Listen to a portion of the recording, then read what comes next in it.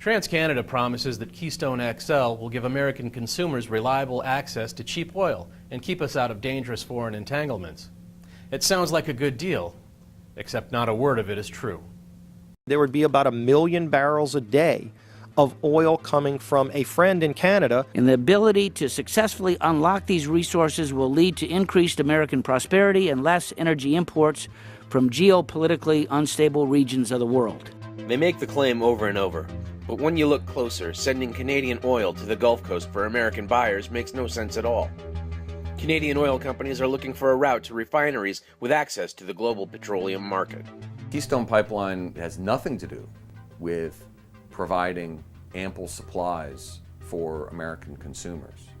It has everything to do with getting trapped tar sands oil into the global market.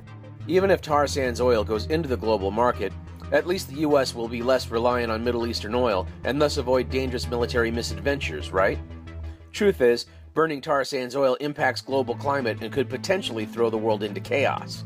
Climate change is one of the biggest security threats to this country. If we do see countries in low-lying areas go underwater, we're going to see massive upheavals in those regions, and that's a security risk. That's not my opinion, but that is the opinion of the top security officials in this country today.